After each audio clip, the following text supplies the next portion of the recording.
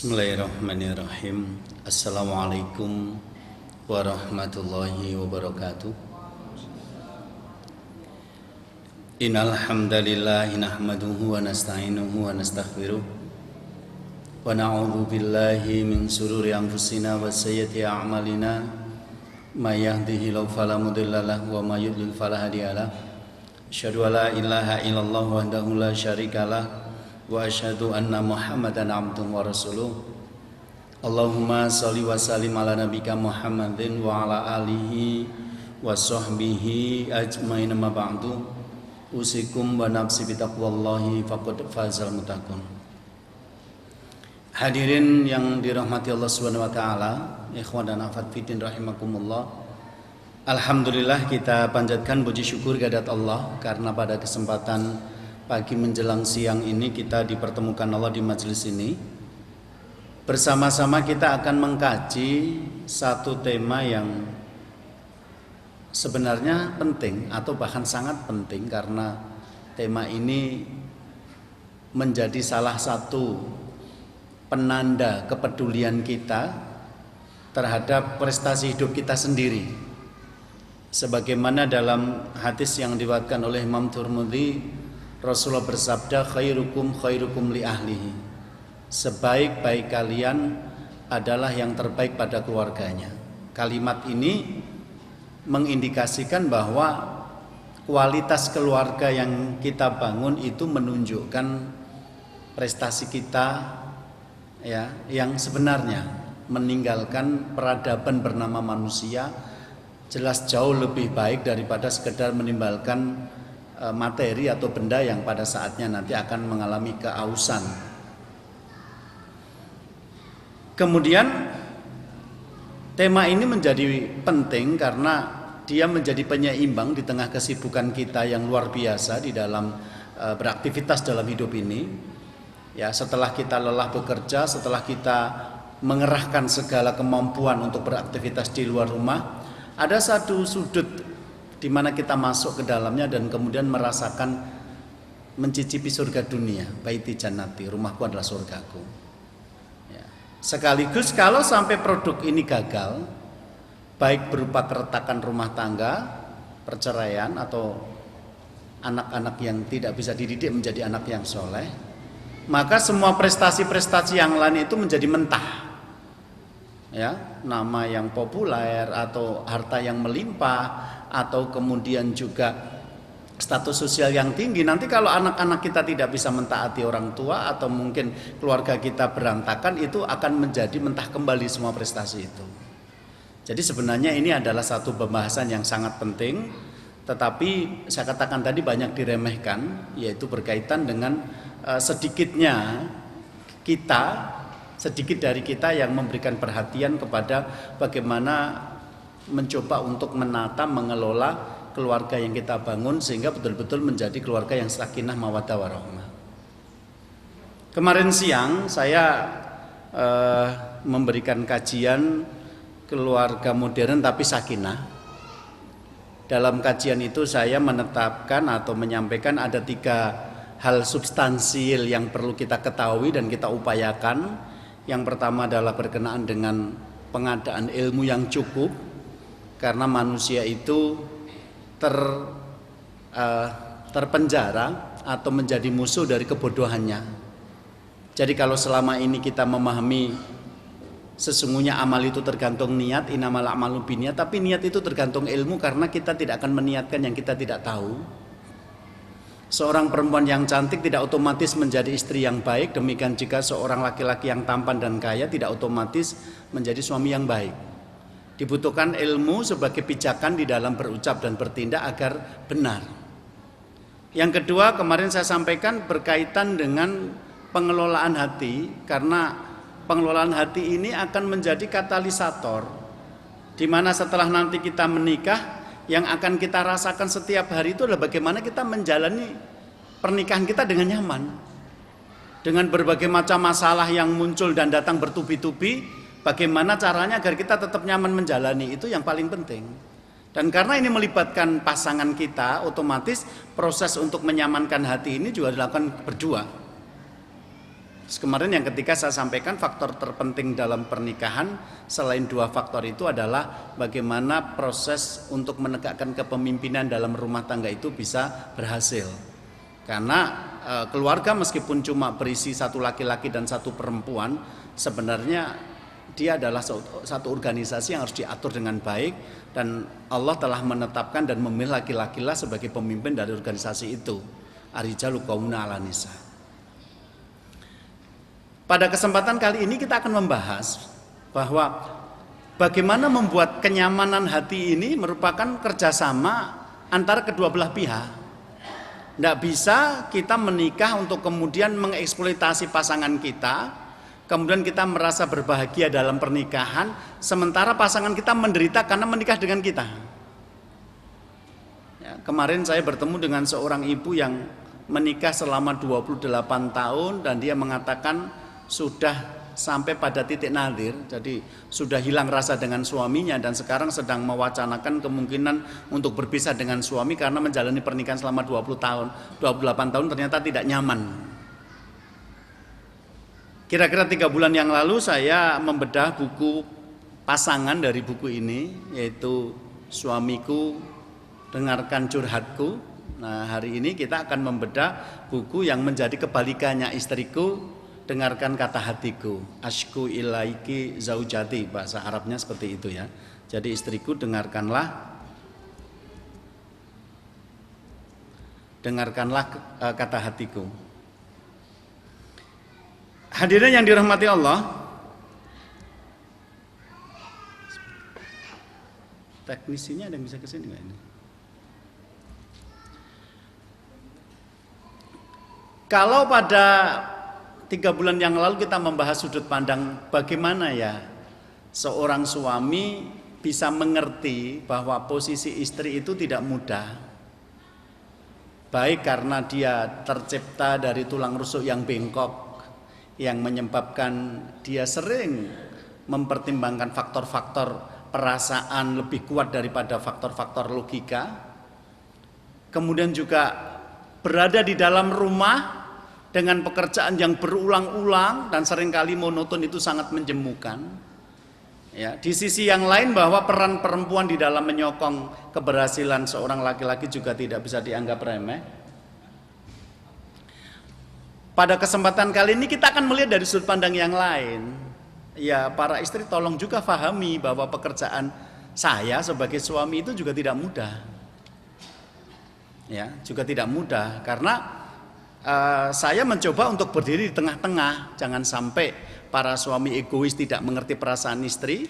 Padahal kemarin saya mengatakan untuk mengelola perasaan ini dibutuhkan ilmu yang cukup. Sementara hari ini kita akan membahas bahwa bagaimanapun laki-laki itu juga punya perasaan dan dia menikah itu juga untuk mendapatkan kenyamanan dalam kehidupannya.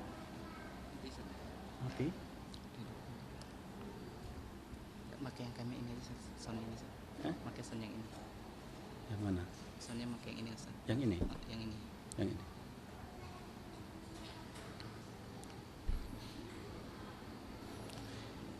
Oke.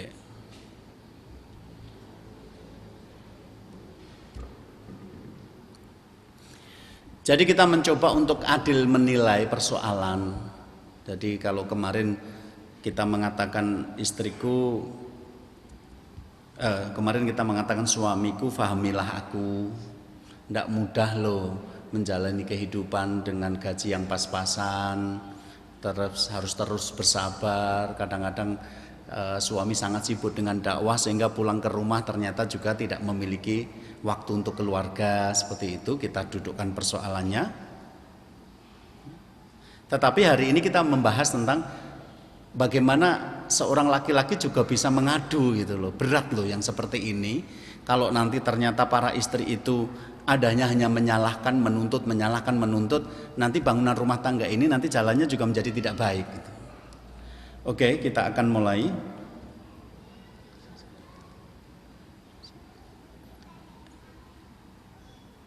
Sebentar, ini laptopnya baru bermasalah.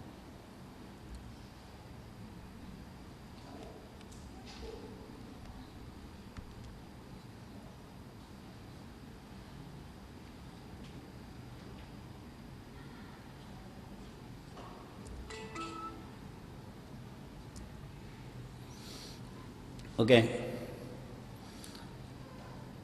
Judul materi saya adalah Istriku Mengertilah Aku, ya. Jadi kehidupan berumah tangga itu tegak di atas konsep keadilan. Wailul lil mutaffifin, celakalah orang-orang yang curang di dalam timbang menimbang. Alladzina idaktalu ala nasi yastawfun, yaitu ketika mereka menerima timbangan dari pihak lain mereka minta dipenuhi. Wa idza qalu ma wazan yusirun, tapi kalau mereka menimbang untuk orang lain mereka mengurangi. Sebenarnya ayat ini kita bisa juga bawa dalam konteks berkeluarga. Jadi celaka suami istri yang curang. Jadi kalau membahas tentang haknya, dia minta dipenuhi. Kamu sebagai istri harus mentaati aku, melayani aku, seperti itu. Kalau istri juga, kamu kalau sudah jadi suamiku ya harus menyediakan tempat tinggal, menyediakan fasilitas-fasilitas, mencukupi semua kebutuhan. Tetapi kalau nanti diminta kewajibannya, mereka minta dikurangi, minta difahami. Ya maaf kalau uang yang saya berikan belum banyak. Ya maaf kalau depan kamu saya belum bisa tersenyum, terutama di tanggal-tanggal tua, misalnya gitu ya. Ya maaf, misalnya seperti itu. Jadi kalau sudah ngomong, lah kamu lakukan, kita minta dimaklumi dan minta dimaafkan. Tapi kalau kita ngomong tentang hak kita, seolah-olah pasangan kita belum pernah memberikan hak kita sedikit pun. Nah, ini adalah konsep tentang keadilan harus kita pahami gitu. Nah, sekali lagi karena mungkin para hadirin tidak mengerti, 3 bulan yang lalu saya sudah membedah satu bukunya, Suamiku Fahamilah Aku, maka sekarang kita akan melanjutkan dengan materi pelengkapnya menjadi Istriku Mengertilah Aku. Yang pertama, besarnya hakku sebagai suamimu. Itu ya. Jadi taat, loyal dan setia adalah inti dari keterpimpinan. Jadi seorang perempuan pada saat menerima lamaran laki-laki, jangan hanya membayangkan nanti setelah menikah itu saya akan masuk ke rumah yang layak, saya akan pergi kemana-mana dengan mobil yang layak juga, saya akan mendapatkan gaji setiap bulan, saya akan mendapatkan teman untuk bercengkerama di rumah. Bukan sekedar itu, tetapi seorang perempuan yang menerima lamaran laki-laki itu, pada saat dia menerima lamaran itu, dia juga menerima kepemimpinan laki-laki ini dalam hidupnya. Sehingga kalau kita memahami konsep Islam, pernikahan Islam, ya, seorang istri yang sudah menikah itu harus mendahulukan kepemimpinan suami di atas yang lain. Karena saya masih sering menemukan ada orang-orang yang sudah ngikut ngaji, sudah pakai kerudung seperti itu. Begitu dia sudah menikah, kemudian diajak pergi oleh suaminya itu nggak mau. Ya, dia tinggal bersama orang tuanya dan dalihnya itu bagi orang awam yang tidak kenal ngaji tampak sangat indah. Aku kan ingin berbakti kepada orang tuaku. Aku kan tidak ingin menjadi anak yang durhaka. Aku kan sudah dikuliahkan. Dulu waktu aku sakit, orang tua aku sampai hutang untuk menyembuhkan. Masa sekarang aku tinggalkan dia begitu saja? Ini kalimat-kalimat ini muncul dari perempuan-perempuan berkerudung yang ikut ngaji, gitu. Dan benar. Tetapi yang tidak benar adalah kalau kamu memang ingin berbakti kepada orang tuamu, Ya nggak apa-apa, nggak ada yang melarang. Tetapi kalau aku melamar dirimu jangan kau terima, maksudnya gitu loh. Karena kalau aku sudah melamar dirimu dan kamu menerima, pada saat itu periode kepemimpinan orang tuamu sudah berakhir. Orde lamanya sudah berakhir. Sekarang sudah berganti orde baru. Kamu sekarang menjadi makmum, menjadi anak buahku, dan itu makna dari kamu menerima laki-laki sebagai suamimu itu adalah kamu menerima kepemimpinannya. Ini jarang yang bisa dipahami. Ya, jadi tidak sedikit laki-laki yang menemui saya dan kemudian mengeluhkan istrinya yang kekeh untuk tinggal bersama orang tuanya padahal suami sudah menyediakan tempat tinggal, entah ngontrak, bahkan ada yang sudah membelikan rumah pun ternyata istrinya tidak mau diajak pergi ke rumah orang, ke rumah yang ditunjukkan suaminya itu loh. Wallahu a'lam. Sementara kalau laki-laki pada saat dia melamar perempuan dan diterima, jangan hanya membayangkan, oh berarti nanti malam ada teman tidur, oh berarti besok ada yang bikinkan kopi, oh berarti besok ada yang bikinkan teh, oh berarti besok harus ada yang melayani saya, merawat saya. Itu betul.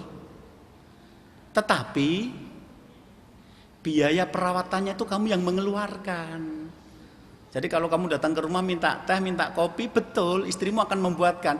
Tapi teh, kopi sama gulanya tuh kamu yang membelikan. Jadi istrimu tinggal ngaduk-ngaduk saja dan menyerahkan pada kamu. Lah kalau laki-laki menikah datang ke rumah membayangkan rumah dengan fasilitas pelayanan tapi nggak ngasih nafkah, itu namanya bukan suami gitu loh. Itu penganjur hutang. Itu penganjur hutang dan itu nggak benar dalam konteks syariat gitu. Wallahu a'lam. Nah karena itu maka lau kuntu amiron ahadan ayasjuda li ahadan lama artumar atas judali zaujiha. Seandainya aku boleh perintahkan seseorang untuk sujud pada orang yang lain, maka aku akan perintahkan istri untuk sujud pada suaminya. Ini nggak main-main. Jadi pada zaman Rasulullah itu ada seorang perempuan yang memutuskan tidak menikah. Bapaknya datang kepada Rasulullah dan mengatakan, ya Rasul, anak perempuan saya itu nggak mau menikah. Kenapa? Panggil dia ke sini. Saya tidak akan menikah Rasulullah sampai saya tahu apa kewajiban istri kepada suami dan apa hak suami dari istrinya. Dan Rasulullah menerangkan begitu besar haknya suami daripada istri itu. Kemudian si perempuan ini mengatakan, kalau begitu saya tidak menikah. Dan Rasulullah tidak melarang pilihan itu. Jadi saya menyampaikan dalam beberapa kesempatan yang namanya menikah itu adalah hanya salah satu pilihan di antara sekian ibadah kita kepada Allah. Anda boleh menikah tapi Anda juga boleh tidak menikah kalau Anda merasa berat. Tetapi kalau Anda sudah memilih menikah, maka jadilah suami yang baik, jadilah istri yang baik. Ya, jadilah suami yang baik dan jadilah istri yang baik karena nikah itu adalah ibadah Anda kepada Allah. Nah, seringkali hadis ini menjadi senjata para feminis untuk menyerang syariat Islam dengan mengatakan bahwa perempuan dalam syariat Islam itu adalah subordinat saja karena mereka harus taat kepada suaminya. Kemudian menampilkan kisah-kisah tentang keluarga yang berantakan karena si perempuan dieksploitasi ketaatannya oleh suaminya yang bodoh. Padahal dalam kajian saya mengatakan justru perintah istri untuk taat pada suaminya itu merupakan hadiah dari Allah kepada para perempuan. Orang yang melihat sekilas perintah untuk taat kepada suami itu mengintimidasi perempuan.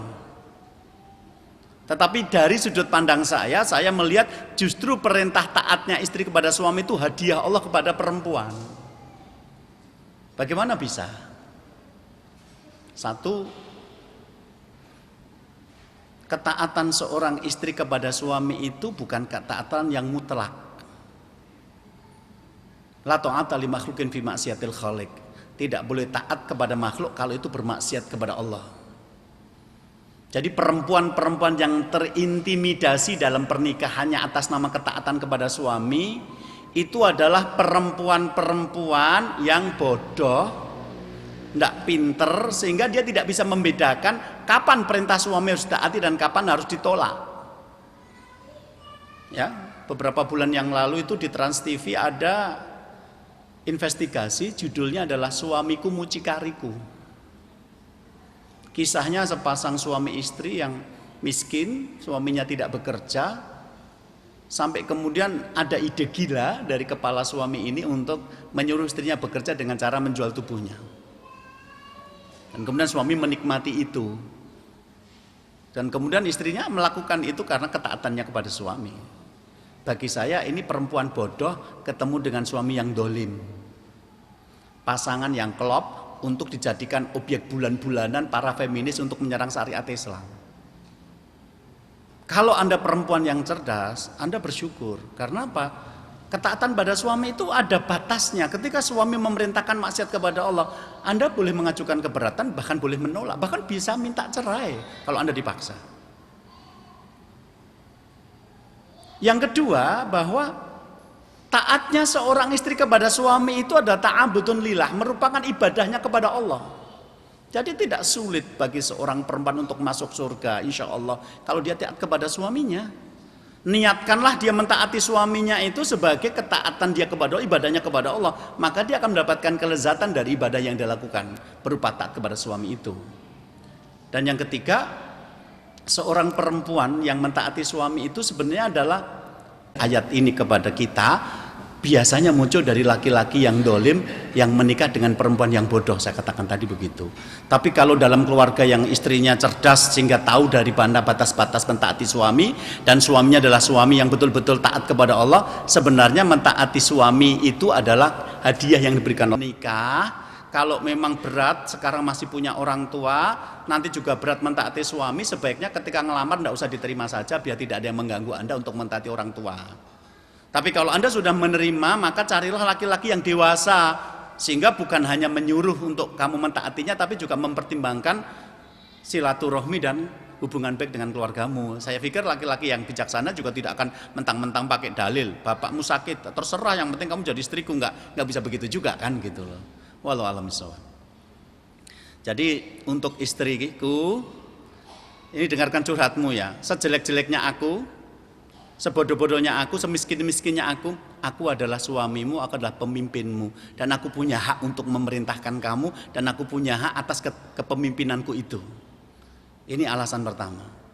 Jadi banyak perempuan-perempuan yang kemudian karena lebih cantik, karena lebih pinter, karena lebih kaya, kemudian banyak yang meremehkan suaminya. Sehingga ada ulama yang memakruhkan laki-laki menikah dengan perempuan yang cantik kalau itu hanya membuat dia sulit diatur. Karena perempuan yang cantik itu seringkali merubah hukum. Yang di rumah harusnya dia melayani suami, malah suami yang suruh melayani dia. Dan ketika di luar merusak pemandangan. Kenapa? Begitu lewat semua mata tertuju pada dia. Sementara suami membawa barang dagangannya. Kalau selisih jauh dikira malah pembantunya, bukan suami gitu loh. Ya, karena itu makruh menikahi perempuan yang cantik yang agamanya kurang, kecuali Anda bisa mendidiknya dengan baik. Husain bin Muhsan punya bibi. Pada satu ketika bibinya ini ketemu dengan Rasulullah, dan Rasulullah bertanya, "Dzatu zaujin anti?" Apakah kamu punya suami? Qalat, "Na'am." Ya, kata bibi Al-Husain itu. Kemudian Rasulullah mengatakan, "Kaifa antilahu?" Bagaimana sikap kamu kepadanya? Sikap kamu kepada suamimu itu? Qalat, dia menjawab, "Ma'aluhu illa ma'ajaztu anhu." Aku tidak pernah mengurangi haknya kecuali dalam perkara yang aku memang tidak mampu.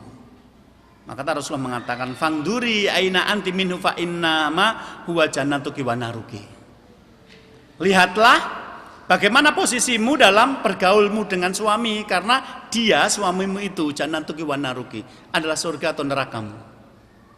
Ketika seorang perempuan mentaati suami, maka insya Allah itu adalah surga baginya. Dan ketika seorang perempuan bermaksiat kepada suami, itu neraka baginya. Kecuali suami melakukan maksiat kepada itu urusan yang lain. Tapi secara umum, pintu untuk masuk surga seorang perempuan adalah ketaatannya kepada suami. Ya, ini untuk menjelaskan yang tadi. Innahu la islama illa bi jama'ah wala jama'ata illa bi imarah wala imarata illa bi ta'ah. Sesungguhnya tidak ada Islam kecuali dengan jamaah, tidak ada jamaah kecuali dengan imarah, dan tidak ada imarah kecuali dengan ketaatan.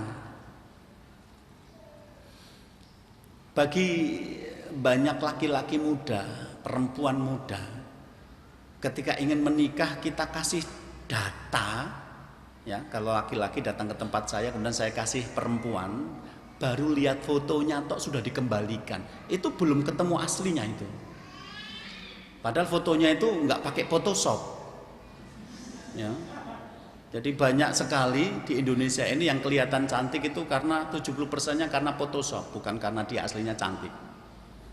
Saya pernah memimpin satu perusahaan, Bapak, Ibu, pada waktu menerima lamaran pekerjaan itu saya terkagum-kagum. Begitu banyak laki-laki tampan yang melamar di perusahaan saya. Karena memang perusahaan saya hanya laki-laki saja karyawannya. Tapi saya kaget ketika saya lihat ternyata hampir semua yang bersih-bersih wajahnya dan ganteng-ganteng itu berasal dari sekolah yang sama, sekolah komputer.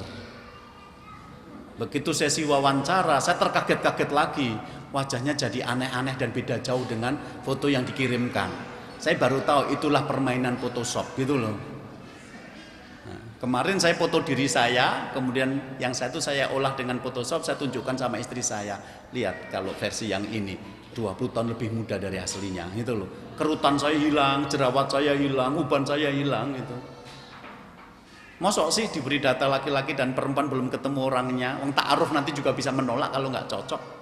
Langsung dikembalikan, enggak Ustadz, kenapa? Kurang putih sedikit, kurang tinggi sedikit gitu loh, kurang cantik sedikit. Saya ngelus dodol, sabar, ususnya mudah-mudahan jadi panjang. Maksud saya begini, tidak cukupkah kalau saya mengatakan saya sudah bertemu dengan ribuan kasus dalam masalah keluarga? Dan dari ribuan kasus itu saya bertemu dengan orang yang elok-elok wajahnya dan mereka rumah tangganya bermasalah. Saya ketemu dengan seorang laki-laki yang menikah dengan perempuan, konon sebelum menikah dengannya disukai 210 laki-laki. Cantik sekali. Untuk ukuran Solo, kota kecil, menikahnya bermaharkan 58 gram emas berlian. Yang mendesain, mendekor ruangan buat acara walimahan itu adalah asistennya SBY, asisten kepresidenan. Yang datang, tamu-tamu yang datang, mayoritas mereka nginep di hotel, datang pakai pesawat, setelah selesai ikut acara walimahan langsung balik lagi dengan pesawat. Hanya dalam waktu 5 bulan mereka bercerai. Saya bilang, kamu membeli terlalu mahal untuk keluarga yang tidak sakinah. Teman saya menikah dengan mahar seperangkat alat sholat, itu saja ternyata waktu beli diskon 50%, itu keluarganya sakinah. Kenapa harus 58 gram emas berlian kalau untuk keluarga yang tidak sakinah? Orang hidup membayar terlalu mahal. Teman saya ada yang anaknya sekolah sejak TK sampai ke Madinah itu bebas biaya terus karena tidak mampu. Tapi jadi anak soleh karena sekarang jadi ustadz. Jelas itu lebih baik daripada bayar 20 juta sebulan di JIS, Jakarta International School. Kenapa orang hidup menjadi kebingungan membayar terlalu mahal untuk hasil yang tidak begitu baik? Jadi tanya yang bagi yang muda-muda nanti gitu ya, apakah sepadan biaya yang kamu keluarkan? Jangan-jangan kamu bayar terlalu mahal untuk hasil yang dinikmati orang lain dengan harga separuhnya, sepersepuluhnya dengan kualitas lebih baik. Nah, setelah nanti kita akan bertemu dengan pasangan kita setiap hari, ternyata wajah tampan tidak lagi ngefek. Ketika banyak masalah, si tampan ini tidak bisa mengambil keputusan dalam rumah tangga. Pemimpin itu, aku pemimpinmu kan. Milah itu, pemimpin yang baik bukan cuma nyuruh-nyuruh untuk taat, tapi juga menyediakan fasilitas namanya nafkah, dan juga bisa mengayomi dengan produk bernama keputusan hukum. Ku anfusakum walikum naro, jagalah dirimu dan keluargamu dari api neraka, itu berisi serangkaian produk hukum. Istriku jangan kamu keluar rumah kalau nggak ada mahramnya, kalau pakai baju jangan ketat-ketat. Anak perempuanku kalau kamu nanti sudah ada laki-laki yang tertarik sudah datang ke sini, kamu langsung nikah saja, nggak usah pacaran. Anak laki-lakiku kamu lihat perempuan sudah pusing, coba tanya di mana alamatnya, akan aku lamarkan. Itu produk hukum dan itu kepemimpinan. Jadi bukan sekedar memerintah dan minta dilayani, tapi menyediakan fasilitas dan juga mengayomi. Seperti itu. Jadi perempuan akan pusing memikirkan suaminya ketika nanti tidak bisa membuat produk hukum yang baik. Sementara laki-laki mulai pusing dengan perilaku istrinya yang sok cantik tapi nggak mau taat. Coba laki-laki di jalan itu digoda dengan banyak hal. Es kelapa muda lewat, es teh, es teler, kemudian es buto hijau, es pisang hijau. Semua itu laki-laki lihat itu udahlah, pokoknya saya mau pulang ke rumah, nanti biar yang buatkan istriku, meskipun aku tahu gula pasir sudah nggak ada di rumah, nanti es teh yang pahit juga nggak apa-apa, sambil mandang wajah istrinya yang manis itu, yang manis kan wajah istrinya itu kan, nggak apa-apa. Begitu sampai di rumah, istrinya nggak ada di rumah, nggak ngasih kabar kemana perginya. Ketaatan seorang istri, sahabat pun dibawa ke mawadah, bisa menjadi salah satu sebab langgengnya rumah tangga, kasih sayang di antara rumah tangga itu. Tapi pembangkangan istri itu menjadi sumber kemarahan suami. Jadi tolong yang belum menikah, jangan menjadikan kecantikan dan ketampanan sebagai ukuran yang utama. Berarti nyari yang jelek-jelek saja Ustadz? Jangan juga, itu loh. Sebab memandang wajah jelek itu butuh keikhlasan. Perempuan yang meminta cerai dalam Islam pertama kali Jamilah binti Ubay atas suaminya Thabit bin Qais itu karena nggak tahan untuk bersikap manis terus depan suaminya yang jelek itu.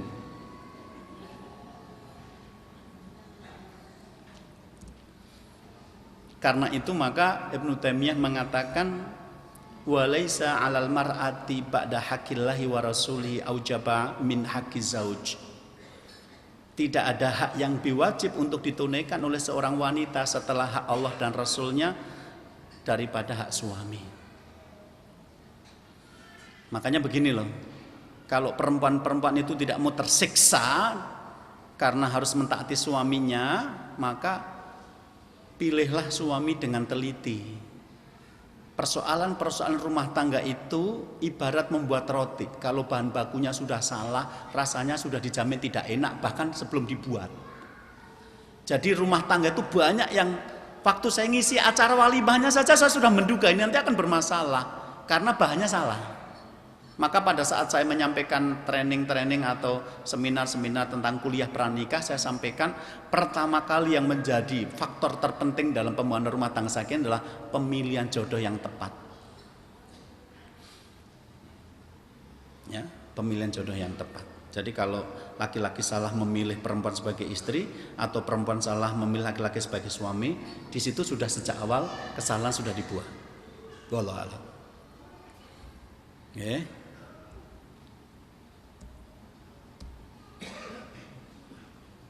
An Anas bin Malik qala Rasulullah sallallahu alaihi wasallam isma'u wa ati'u wa in istu'mila 'alaikum 'abdun habasyun ka'anna ra'sau zabibah. Dengar dan taatilah walaupun yang memerintah kalian adalah seorang budak Habasyi yang kepalanya seperti anggur kering atau kismis, pletot enggak berbentuk.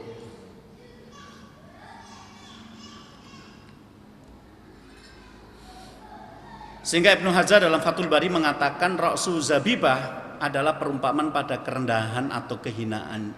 Dia dari strata yang hina, yang diremehkan, kemudian jelek bentuk tubuh atau wajahnya, dan dia termasuk orang yang tidak diperhitungkan. Ingat itu. Jadi perempuan-perempuan, seburuk apapun wajah suamimu, dari suku manapun dia berasal, mungkin dari suku yang tidak dikenal, ya.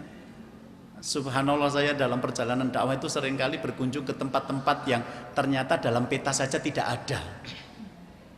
Saya kemarin baru saja pulang dari satu pulau kecil namanya Pulau Pagerungan. Saya yakin mayoritas ini tidak tahu di mana pulau itu berada. Tapi subhanallah di tempat sekecil itu ada gas alam, sehingga di situ ada perusahaan untuk mengeksplorasi gas alam. Saya mendapatkan undangan ngisi pengajian di sana. Ketika saya cari di peta sekolahan itu nggak ada. Di Google Map ada pulaunya nggak ada namanya. Pulaunya ada tapi nggak ada namanya.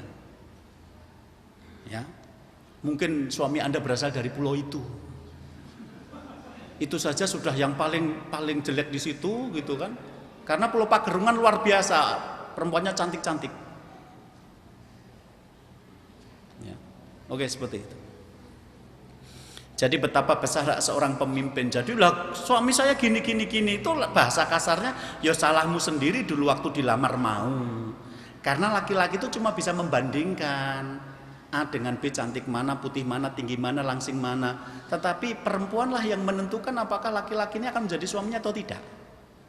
Kalau dia mengatakan tidak, maka setampan apapun laki-laki itu dia tidak akan pernah menjadi suaminya. Sekaya apapun laki-laki itu dia tidak akan pernah menjadi suaminya. Maka perempuan-perempuan muda harus diajari ilmu geleng-geleng kepala, jangan mantuk-mantuk terus kayak orang stripping gitu loh. Sehingga nanti kalau lagi datang kira-kira ini bisa nggak bikin keputusan-keputusan penting dari hidup saya nanti? Nggak bisa, ditolak saja. Nggak mau, saya nggak mau menerima kamu jadi suamiku. Ummu Sulaim itu pernah menolak Abu Tholhah yang kaya, yang tampan, yang tokoh masyarakat karena belum masuk Islam. Sebab nanti kalau belum masuk Islam, keputusannya tidak mengarah kepada menyelamatkan keluarga dari api neraka. Jelas tidak mengerti konsep akhirat, nggak ngerti halal dan haram. Tapi kalau kamu masuk Islam, maharku kamu masuk Islam itu. Gitu. Jadi perempuan-perempuan yang menangisi karena punya suami yang tidak baik, tangisilah kenapa dulu kamu tergesa-gesa mengabulkan lamarannya, itu aja itu loh. Karena dia tidak akan menjadi suamimu apapun yang terjadi kalau kamu tidak menerima. Yang kedua,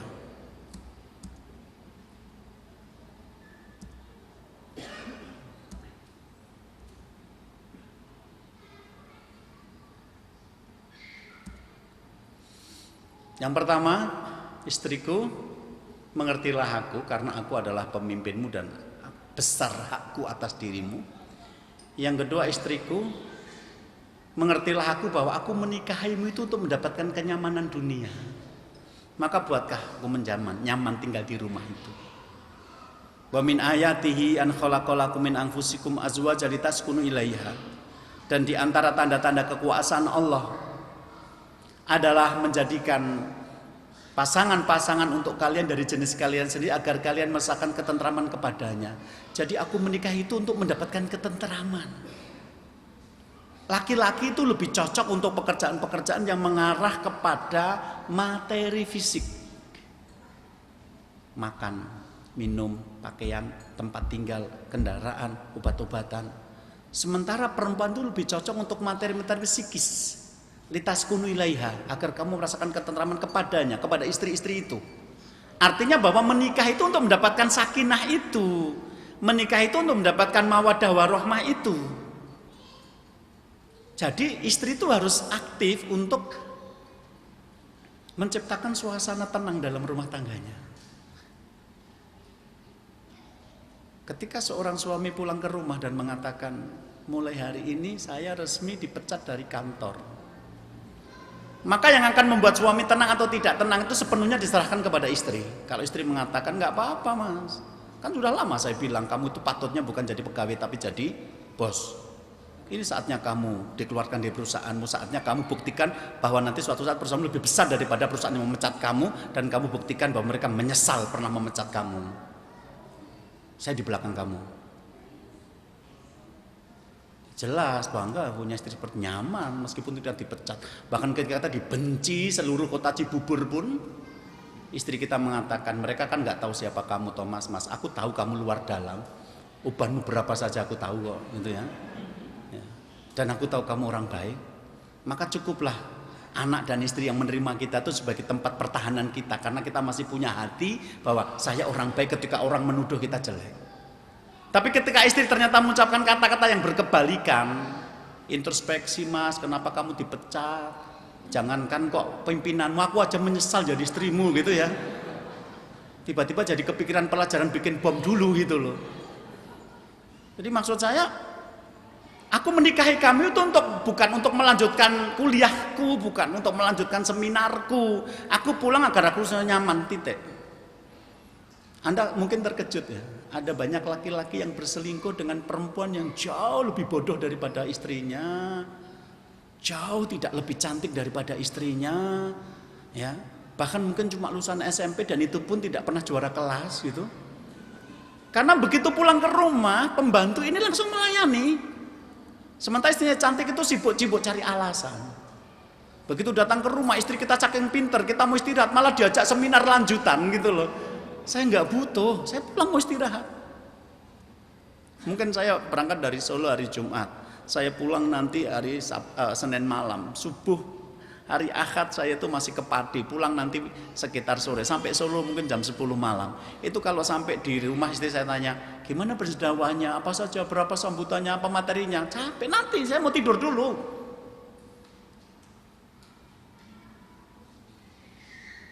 Jadi menikah itu, maaf, pekerjaanku tuh banyak di luar sana. Dan ketika aku masuk ke rumah itu aku pengen masuk ke surga, nyamankan diriku di situ. Tapi ya juga aku penuhi kebutuhanmu ya, jangan cuma minta dinyamankan tapi ternyata pulang nggak bawa apa-apa itu loh. Nah, itu bukan suami, itu penyalur tenaga kerja, penyalur pembantu rumah tangga itu loh.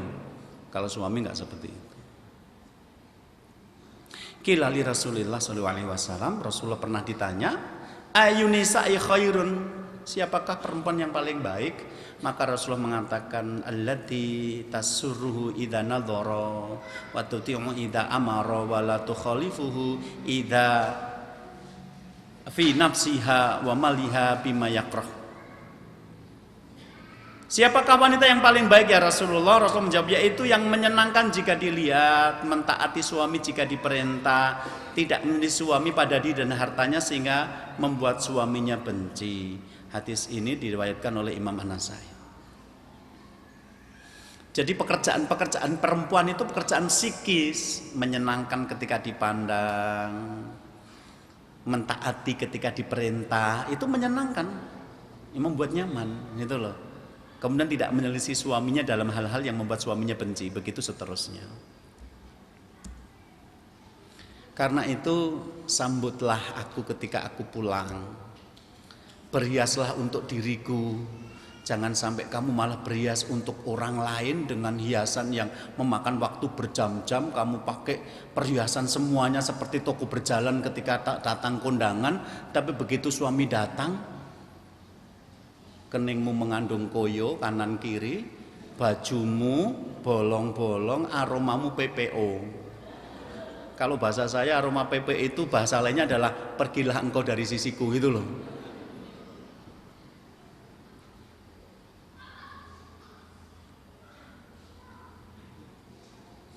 Saya kemarin menceritakan kisah sederhana tentang Ummu Sulaim yang saat itu sedang galau karena ada dua peristiwa besar yang akan dia jalani. Yang pertama, kedatangan suaminya setelah bepergian jauh dalam kafilah dagang berminggu-minggu dan berbulan-bulan, ini ternyata sudah mencapai perbatasan kota Madinah, berarti nanti malam akan sampai ke rumah. Sementara selain putranya meninggal dunia. Maka bagaimana caranya Ummu Sulaim untuk membuat suasana nyaman, karena dia tahu suaminya sudah pergi untuk keperluan besar, mencari nafkah bagi keluarganya dan tidak dalam rangka maksiat kepada Allah. Sementara meninggalkan keluarga berminggu-minggu ini juga bukan sesuatu yang nyaman untuk dijalani. Begitu masuk rumah harus nyaman. Tetapi di sisi yang lain putranya meninggal dunia. Dalam kitab-kitab kita membaca bagaimana kemudian Abu Thulhah masuk ke rumah mengucapkan salam dan kemudian langsung menanyakan bagaimana kabar anak kita yang sakit itu. Dan Ummu Sulaim mengatakan dia sudah lebih baik. Dia memilih pilihan kata itu daripada mengatakan dia mati mas, gitu loh. Meskipun maksudnya sama. Malam itu Ummu Sulaim melayani suaminya dengan gairah yang meluap seperti pengantin baru. Padahal anaknya meninggal di sebelah kamar. Pagi hari setelah suasana kondusif, Ummu Sulaim kemudian bertanya, mas, seandainya kita punya barang yang dititipkan, kemudian barang itu diambil oleh yang menitipkan, bagaimana? Bagaimana sikap kita? Ya nggak apa-apa, namanya barang dititipkan sekarang diambil kembali sama yang nitipkan kan ya wajar.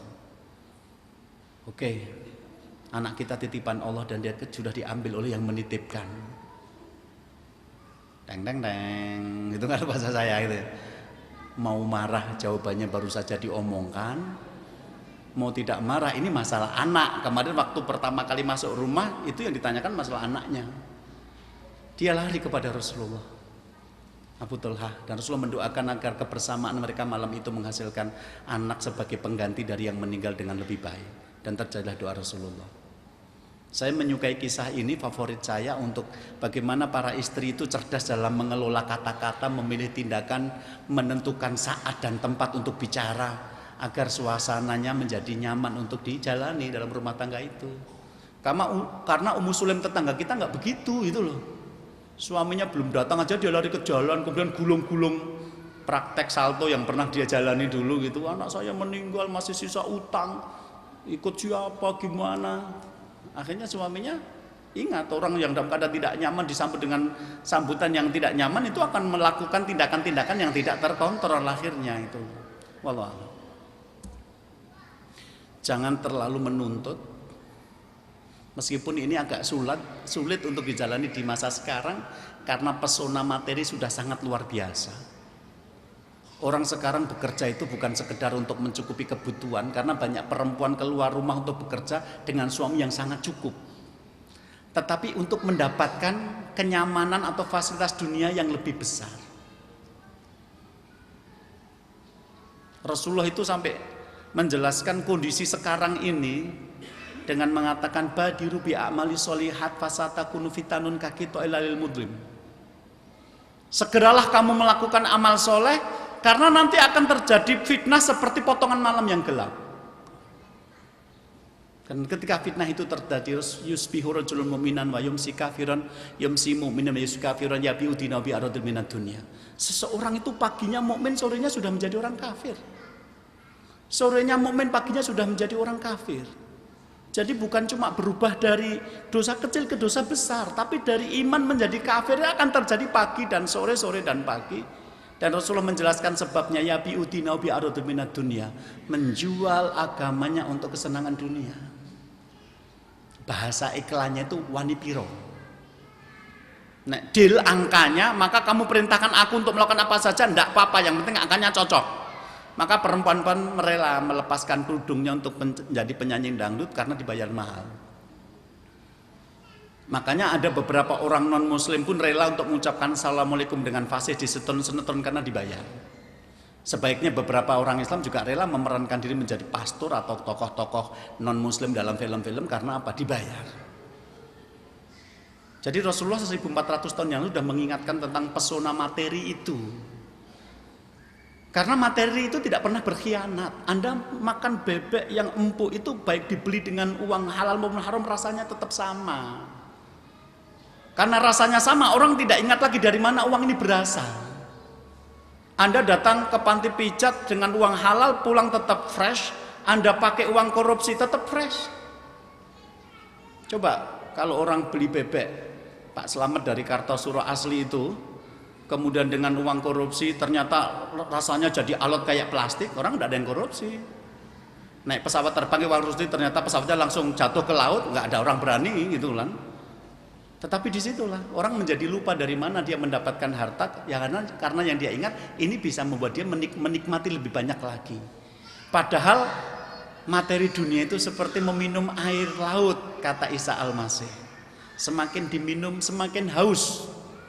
Kalau Ibnu Qayyim al-Jauziyah mengatakan la yanalu al-insanu syai'an minad dunya illa tamhat nafsu lama fawqahu.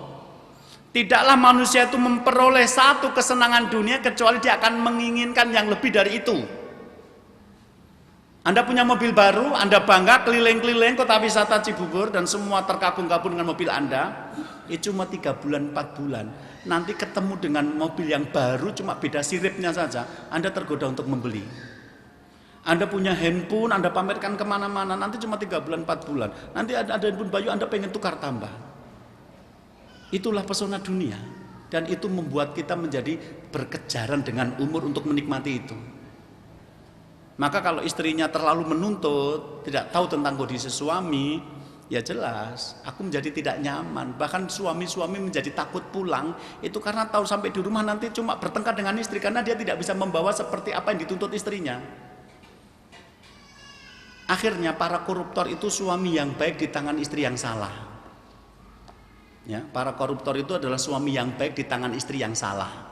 Karena dia cuma pengen lihat istrinya pergi ke luar negeri, pakai baju bagus, pakai tas mahal. Cuma dia tidak tahu bahwa uangnya tidak cukup, maka dia curikan dari negara. Toh negara kaya raya kok. Kalau yang nyuri satu nggak apa-apa, kalau semuanya nyuri jadi miskin mendadak akhirnya kan gitu. Walau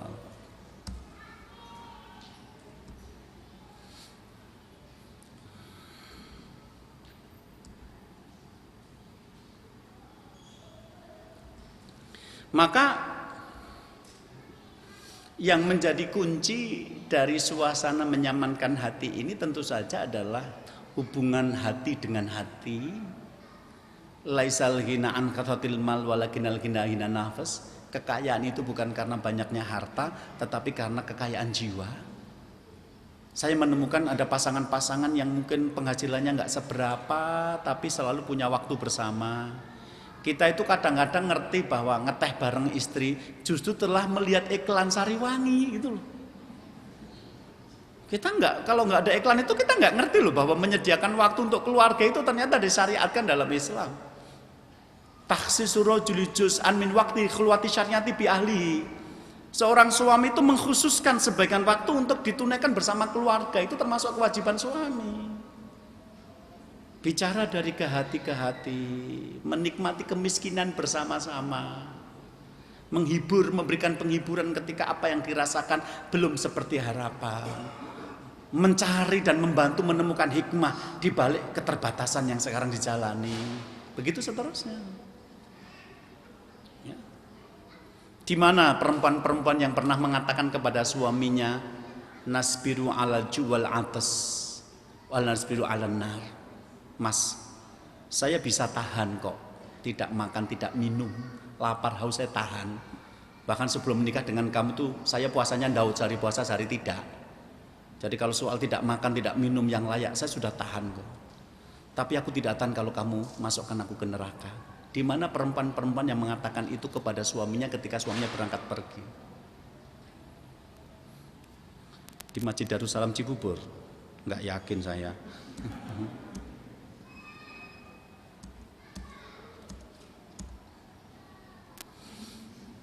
Untuk membuat nyaman, kamu juga harus bersikap santun kepada suami dan tolong jaga rahasia. Betapa banyak laki-laki yang dipermalukan oleh istrinya karena istri ini kecewa dengan suami, kemudian menyebarkan rahasia suami kemana-mana. Ya, kadang-kadang kalau perempuan seperti ini kan ada orang yang jual sayur, di pos dia jual sayur, ibu-ibu satu komplek kumpul. Di situ ditegur sama tukang sayur, "Ceng, kok telat? Biasanya jam 5, ini kok setengah 6." "Iya, tadi bapaknya bangun sholat subuh telat. Habis itu sakit perut. Itu jadi nggak masjid." Ya, "Ceng, mau utang sayur kangkung dulu bisa nggak sama tempe? Saya sudah nggak punya uang nih." Begitu dia pulang, dia bikin kangkung sama tempe untuk suaminya, dan suaminya dengan mantapnya berjalan berangkat ke kantor. Kemudian lewat rombongan ibu-ibu itu, "Assalamualaikum." Waalaikumsalam. Yang satu bilang, "Alah, subuhnya telat, nggak malu sama jenggotnya." Yang satu bilang, "Tadi sakit perut ya, makanya buncit kayak gitu." Yang itu loh. Yang satu bilang, "Alah, gaya, sarapan utangan saja kok." Itu loh. Dari mana? Dari istri yang kayak ember borot itu loh, semuanya dikeluarkan.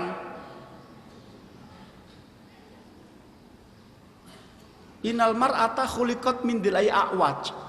Perempuan itu diciptakan dari tulang rusuk yang bengkok. Dan salah satu arti dari tulang rusuk yang bengkok adalah perempuan tidak kuat lama-lama menyimpan masalah. Jadi masalah, kalau perempuan menerima masalah, dia tidak kuat menyimpan lama-lama masalah ini, maka dia akan memberitahu orang lain untuk sharing. Bahasa kerennya gosip. Bahkan kalau kita mau melihat riwayat itu, pada zaman jahiliyah ada 11 perempuan kumpul-kumpul untuk menceritakan tentang suami mereka. Itu sudah terjadi sejak zaman dulu.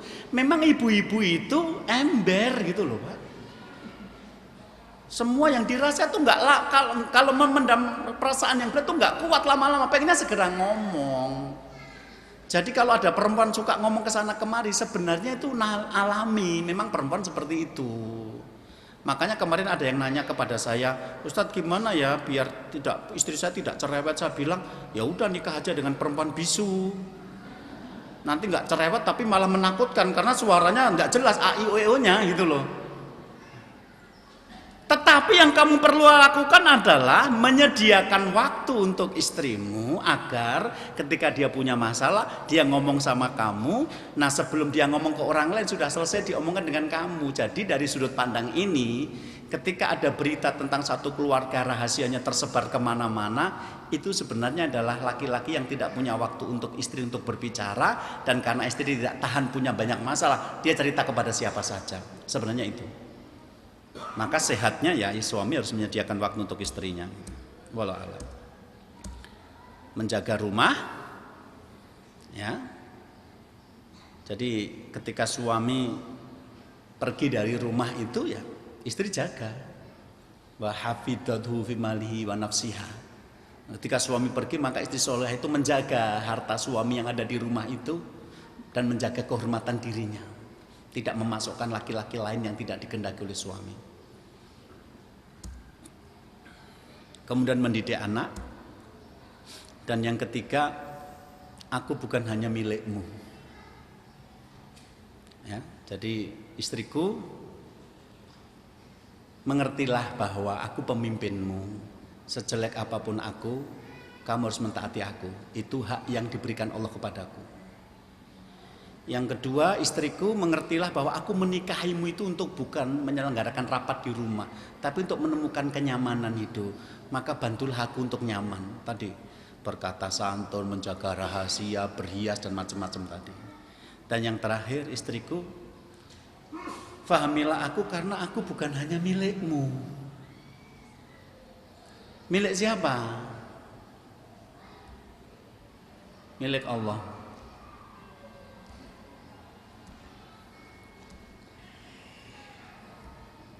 Jadi seorang muslimah harus memahami bahwa ketika laki-laki yang menjadi suaminya pergi dari rumah, itu tidak selalu untuk urusan rumah tangganya. Ngapain kamu pergi dari pagi sampai malam kalau pulang tidak pernah membawa uang? Anda menemukan di sana laki-laki yang terpenjara dengan istri, sehingga mereka keluar rumah itu dari melangkah sampai masuk lagi, itu memang hanya memikirkan bagaimana kecukupan materi bagi keluarga. Mereka bahkan tidak peduli tentang perbuatan maksiat yang terjadi di sekitar mereka. Mereka tidak mengambil bagian dari amar ma'ruf nahi mungkar. Mereka tidak berjihad untuk menegakkan hukum-hukum Allah. Enggak. Padahal kita adalah hamba Allah dan kita yang mendapatkan kesempatan khorijal manzil, beraktivitas di luar rumah itu ya kita para suami itu. Sehingga peluang-peluang kita untuk berdakwah, balighu anni walau ayat, sampaikanlah kepadaku walaupun satu ayat. Kapan Anda akan menyampaikan? Kalau Anda keluarnya selalu untuk bekerja dan urusan pekerjaan, ya. Man ra'a minkum munkaran falyughayyirhu biyadihi, kalau kamu melihat kemungkaran maka rubahlah. Kapan kamu akan merubah? Kapan kamu akan menjalankan ayat ini? Kalau kamu melihat di depan matamu kemungkaran, kamu tidak peduli sebab kamu takut resikonya. Nanti kalau beresiko kamu takut anak dan istrimu terlantar, akhirnya kamu memilih jalur aman. Yang penting anakku sekolah, yang penting istriku bisa makan, terserah di luar sana terjadi banyak kemaksiatan, saya nggak peduli. Ya. Sehingga seorang istri yang baik mengerti bahwa Anda tidak akan bisa lebih dicintai suami daripada cinta suami kepada Allah, kepada Rasulullah, dan kepada jihad fisabilillah. Saya pernah ditanya, Ustadz, apa tuh artinya Tri Asmoro? Kurang kerjaan banget nanya seperti itu. Nanya bapak saya, kenapa dulu ngasih nama saya seperti itu? Itu nama asli, sejak saya lahir namanya Tri Asmoro. Kalau kamu nanya apa artinya, tanya bapak saya itu, tapi sudah meninggal tuh kuburannya tuh gitu loh. Tapi kalau boleh saya berandai-andai, semoga saja bapak saya waktu itu berpikir bahwa Tri Asmoro adalah cinta kepada Allah, cinta kepada Rasul, dan cinta kepada jihad fisabilillah berdasarkan ayat ini. Karena beberapa orang mengatakan Tri Asmoro itu berarti cinta segitiga. Nggak ada, segi itu nggak ada. Tri, tiga, Asmoro cinta, udah nggak ada pakai seginya. Jangan sisipkan kata yang mengandung racun itu gitu loh. Jadi cinta segitiga. Kenapa kamu masukkan kata segi di dalamnya? Wong saya pengen lurus-lurus aja kok, nggak usah pakai belok-belok gitu. Jadi di dalam ayat ini kita belajar bahwa bagaimanapun istri-istrimu tidak boleh kamu cintai lebih daripada Allah, Rasulnya, dan berjihad di jalan Allah. Dan istri harus paham itu. Istri harus paham itu. Ya. Yang kedua, aku juga milik kedua orang tuaku. Jadi, ayuna si'adhamu haqqan 'ala rajuli ya Rasulullah. Siapakah orang yang paling besar haknya atas seorang laki-laki? Ummuhu, kata Rasulullah, ibunya. Ibunya. Wa ayuna si'adhamu haqqan 'alal mar'ati zaujuha. Dan siapakah yang paling besar haknya atas seorang perempuan? Suaminya. Sehingga ketika aku menikahi kamu, aku berharap hubungan dengan ibuku itu baik-baik saja. Semakin baik, semakin berbakti. Jangan kamu bikin pilihan-pilihan sulit. Pilih aku atau ibumu yang tua itu. Ya wajar ibuku tua. Kalau ibuku muda berarti aku masih balita, kan gitu. Tapi ingat, kamu juga suatu saat akan tua loh. Biru aba'akum tabiruku abna'ukum. Berbaktilah kepada orang tuamu, maka anak-anakmu akan berbakti kepadamu. Kalau kamu durhaka kepada orang tuamu, berarti anakmu akan durhaka kepadamu. Kalau kamu sekarang membuat pilihan sulit, kamu benci ibuku, nanti anak-anakmu akan melahirkan menantu-menantu juga yang membenci kepadamu. Fahami itu. Jadi ketika nanti saya berkunjung ke ibu, kemudian saya ada jadwal ke sana, jangan selalu disalahkan. Karena banyak istri yang tidak cocok dengan mertuanya, enggak apa-apa, enggak cocok. Tetapi dia paham, mas, ini kamu harus ke rumah ibu loh mas, ini aku enggak suka sama ibumu dan mungkin sekarang belum saatnya ketemu, tapi ini tolong buah-buahan ini kamu bawa ke sana, makanan ini kamu bawa ke sana. Kan enggak apa-apa, kita benci sama seorang tapi kan kita bisa memberi hadiah kepada dia. Karena kemarin ada bapak-bapak menemui saya itu sulit gitu loh, punya istri enggak cocok sama ibunya. Dia pulang ke rumah ibunya, pamit itu udah dikasih muka cemberut, di jalan belum sampai ke rumah ibunya sudah di SMS, mas kapan balik? Padahal belum sampai ke rumah ibunya. Itu di Solo padahal, coba di Jakarta. Maksudnya kejebak macet lampu merah di SMS kapan balik gitu loh. Alhamdulillah lampu merah, balik aja nggak jadi ke rumah ibu gitu. Makanya saya bilang sama mas-mas yang mengikuti kuliah pranikah saya, tolong. Kalau kamu punya calon, kemudian kamu bawa ke ibumu dan ibumu menggelengkan kepala, jangan kamu teruskan. Tersiksa dalam hidup kalau antara istri dengan ibumu tidak bisa klop. Tidak sama, tidak bisa tinggal di satu tempat, tapi saling menghargai nggak apa-apa. Tapi kalau saling bermusuhan dan saling mencaci maki itu luar biasa. Kecuali kamu menikmati perebutan itu. Lumayan Ustadz, saya nggak tampan tapi diperutkan dua perempuan. Kecuali begitu gitu loh.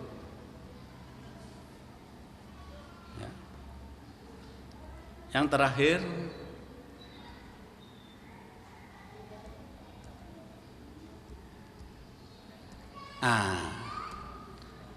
bagi pelaku poligami, dia ngomong sama istrinya, fahamilah aku Mi, karena aku juga milik istri yang lain. Judul sinetronnya, Ibuku Istri Bapakku, bukan ibuku gitu loh. Artinya begini, mungkin perempuan-perempuan tidak suka membahas tentang materi poligami. Bapak-bapak juga nggak suka kok membahas poligami, sukanya mempraktekkan.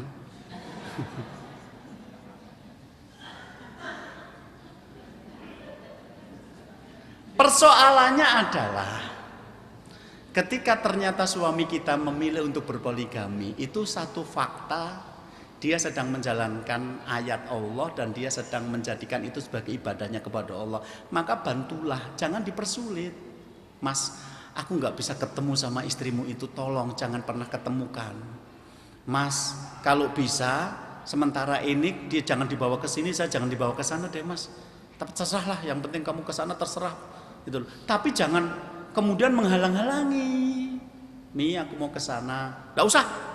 Gak boleh, itu sama saja kamu membuat suamimu tidak adil.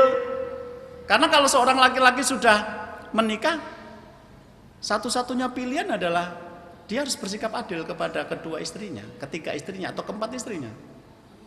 Maka nalahu imra'atani famala illa ahadihima ila ihdahuma ja'a yaumal qiyamati wa syiqqahuma ilun. Siapa saja yang memiliki dua istri lalu lebih cenderung kepada salah satunya, maka pada hari kiamat dia akan datang keadaan sebagian tubuhnya miring. Jadi kamu boleh tidak suka dengan istriku yang satunya itu, tapi tolong ini saya harus ke sana pamit. Saya pamit baik-baik. Izinkan aku, karena kalau kamu tidak mengizinkan itu membuat aku menjadi tidak adil kepadanya. Nanti juga begitu, ketika aku di sana, aku mau ke sini, aku juga sama. Karena ada tipu daya perempuan. Biasanya jam 5 sudah saatnya pamit, karena harapannya maghrib di rumah istri yang satunya. Jam 5 kurang 5 menit, istri ini bikin kopi panas coba Pak. Nggak tadi loh, jam 3 habis sholat asar. Ini jebakan perempuan. Si suaminya kalau nggak minum dikira tidak menghargai perasaan istri, tapi dia harus sadar juga, tetap waspada. Ini bahaya. Sebab nanti kalau saya minum telat setengah jam, sampai di sana dimaki-maki. Bungkus, saya minum sambil jalan. Kalau saya minum di sini, aku tidak adil kepada dia. Meskipun kamu pahit mendengarnya, tapi ini harus aku lakukan. Betul. Berapa banyak laki-laki ketika sudah menikah tidak bisa adil karena dia tidak menyadari jebakan-jebakan seperti ini. Kurang 5 menit saatnya pindah lo ngomong, mau dibikinkan gorengan, nggak usah. Penggorengannya cetak bawah. Gitu loh. Ini jebakan-jebakan loh Pak. Kalau Anda belum bertemu dengan yang melakukan, Anda sulit bisa menginterpretasi, tapi bagi yang melakukan bisa. Kenapa? Itu fakta di lapangan. Jadi pahami aku, karena beberapa laki-laki istrinya mengizinkan dia menikah lagi, oke dia menikah lagi, tapi mempersulit untuk bersikap adil gitu loh. Mempersulit untuk bersikap adil. Itu diantara beberapa yang harus kita pahami. Ya, oke. Jadi saya pengen para bapak memahami istri, saya pengen para istri bisa mengerti bapak-bapaknya, sehingga rumah tangga itu betul-betul jalani dengan saling ridho di antara kedua belah pihak, sama-sama mendapatkan kenyamanan dalam pernikahan itu dan betul-betul bisa meraih sakinah mawaddah warahmah ya. Jadi bukan mengeksploitasi satu dengan yang lain dengan dalil-dalil yang kita pakai untuk mendukung kita, tapi begitu dalil itu mengenai kita tidak mau memakainya. Itu nanti wailul lil mutaffifin, itu tadi celaka orang-orang yang curang, hanya mau dipenuhi tapi tidak mau memenuhi apa yang menjadi hak dan kewajibannya. Oke, seperti itu, mudah-mudahan bermanfaat ya. Ini satu upaya saja untuk memudahkan membaca buku ini. Buku ini bagus dari sisi teknis, layoutnya, pilihan fontnya, kemudian pengeliman bendingnya, kemudian desainnya bagus, harga juga ya cukup realistis gitu ya. Hanya saja memang ada beberapa yang di sini menurut saya kurang sistematis gitu saja, beberapa saling masuk. Nah, saya mencoba untuk menertibkan agar sistematis sehingga kita bisa paham ya. Untuk para istri ada 3 komponen paling penting yang harus kamu pahami. Aku pemimpinmu, aku menikahimu untuk mendapatkan sakinah, bukan untuk yang lain, dan aku menikahimu agar kamu paham bahwa aku itu bukan hanya untuk kamu. Jadi jangan kuasai aku 24 jam. Ada saatnya aku harus pergi untuk dakwah, ada saatnya aku harus pergi untuk bersosialisasi di masyarakat, rapat RT, ada saatnya ketika keluar itu untuk membantu para korban bencana alam, sehingga aku pulang belum tentu membawa uang gitu loh. Jadi ketika aku pergi untuk sosial, tugas sosial, kemudian pulang tidak bawa uang, jangan juga marah-marah terus ya, begitu seterusnya. Mudah-mudahan bermanfaat apa yang saya sampaikan. Insya Allah nanti kita lanjutkan dengan sesi dialog. Saya kembalikan dulu kepada moderator. Assalamualaikum warahmatullahi wabarakatuh. Ada beberapa hal yang beliau sampaikan yang mungkin bisa kita rangkum gitu ya. Karena kamu telah menerima lamaranku jadi istri, maka mengertilah aku yang besarnya hakku terhadap besarnya hakku sebagai suamimu. Yang pertama, agar taat, loyal, dan setia. Dan yang kedua, jangan kau pertentangan aku dengan kedua orang tuamu. Jangan dihadapkan dengan persoalan-persoalan yang menyulitkan suami yang berkaitan dengan orang tuanya. Kemudian yang kedua, buatlah aku nyaman. Buatlah aku nyaman. Mungkin kalau untuk menyamankan istri itu lebih kepada hal-hal fisik seperti makanan, kendaraan dan lain-lain. Dan untuk menyamankan suami, maka adalah menyenangkan ketika dipandang oleh istrinya, ketika dipandang menyenangkan, taat kepada suaminya, tidak menyesal kepada dirinya dan katanya dalam hal menyambut, kemudian berhias, jangan terlalu menuntut, kemudian bersikap santun, menjaga rahasia dan lain sebagainya. Kemudian yang ketiga, aku bukan hanya milikmu, tapi milik Allah, gitu ya, untuk berdakwah, sosial dan lain sebagainya, dan juga milik kedua orang tuaku. Maka istri jangan memberikan pilihan yang sulit kepada suaminya, pilih aku atau orang tuamu misalnya seperti itu. Dan yang terakhir, jika memiliki istri yang lain, maka hendaklah istri yang satunya itu tidak membuat jebakan-jebakan sehingga menyulitkan suami untuk membagi untuk berbuat adil pada istri yang lainnya. Baik, sebelum kita masuk kepada sesi tanya jawab, mungkin ada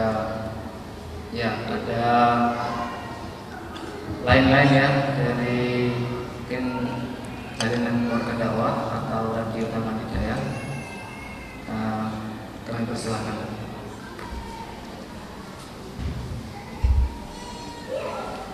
Ayo kita masuk kepada sesi tanya jawab. Nanti dari bapak-bapak satu orang bertanya, mungkin langsung bisa beri langsung jawab, gitu ya. Dan untuk ibu-ibu atau yang hafal nanti bisa ditulis, kita bacakan. Seperti yang saya katakan tadi, diharapkan tulisannya jelas, bisa dibaca, tidak harus bagus. Nanti maaf jika memang tulisannya tidak bisa kita pahami, mungkin akan kita lewati seperti itu. Ya, silakan kalau ada pertanyaan, silakan.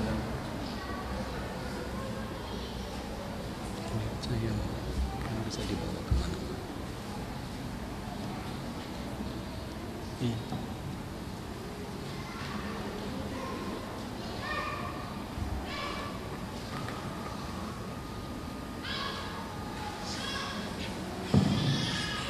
Assalamualaikum warahmatullahi wabarakatuh. Nama saya Amin dari Gereja Sentosa. Terima kasih atas materi yang disampaikan tadi. Ada beberapa hal yang mungkin tadi sudah cukup jelas, tapi ada dalam satu ayat Ustaz, kalau nggak salah bunyinya begitu. Artinya ya Ustaz, di antara istri-istrimu, anak-anakku ada yang menjadi musuhmu, tapi jika engkau memberi maaf, maka itu itu caranya dengan yang kaitan materi tadi itu bagaimana Ustaz? Mohon dijelaskan. Assalamualaikum warahmatullahi wabarakatuh.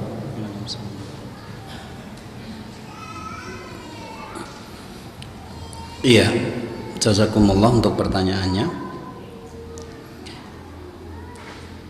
Hasibana su'ayyakulu amman wa hum la yuftanun. Apakah manusia itu mengira mereka akan dibiarkan begitu saja mengucapkan kami beriman kemudian tidak mendapatkan ujian lagi? Padahal Allah telah menguji orang-orang sebelum kita, dan dari situ Allah mengetahui siapakah yang jujur dan siapa yang dusta. Dari situ kemudian kita melihat bahwa yang namanya ujian dalam hidup itu adalah satu kepastian, pasti akan terjadi. Saya biasanya menggunakan ayat ini untuk mengawali materi tentang manajemen konflik keluarga. Nggak ada keluarga yang tidak punya masalah, nggak ada keluarga yang tidak punya konflik. Hanya saja konflik-konflik yang muncul atau masalah-masalah yang muncul dalam hidup kita ini adalah masalah-masalah yang berhubungan dengan kualitas keimanan kita.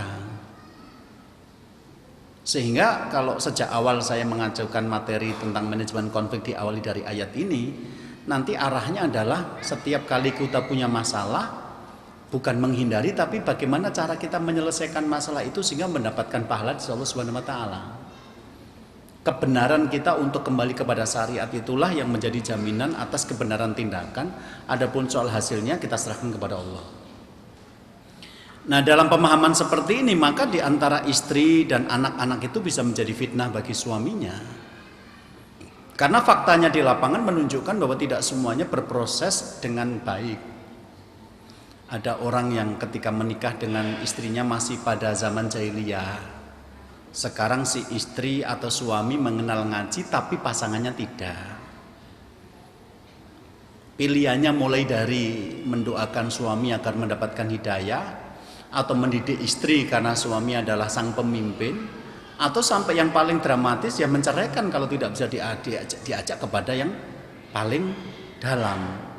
Demikian juga dalam masalah pendidikan anak-anak, ada aktivis-aktivis dakwah yang meskipun sudah punya anak ternyata tidak bisa mendidik dengan baik, mungkin karena tidak punya manajemen waktu, mungkin juga tidak punya ilmu.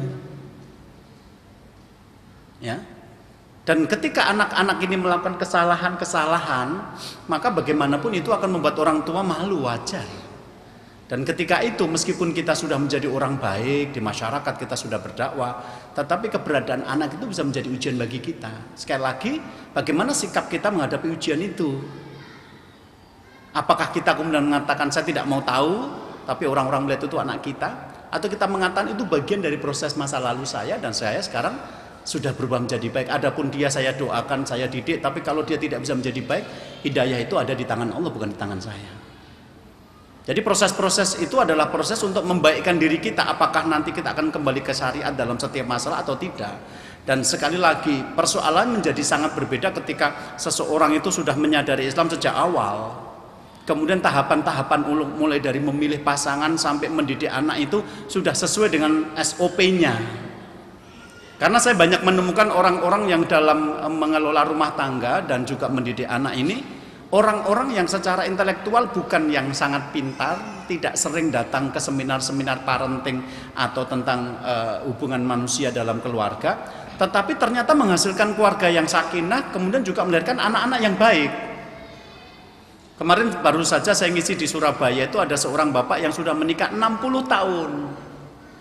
Dia mengatakan, Ustadz, selama saya menikah 60 tahun itu 59 tahun tepatnya, saya tidak pernah mendapatkan apa yang diterangkan Ustadz itu, rumah tangga yang kacau bla bla bla bla bla gitu. Terus dia mengatakan, Ustadz, saya rumusnya cuma ITS, ikhlas, kemudian tanggung jawab dan sabar.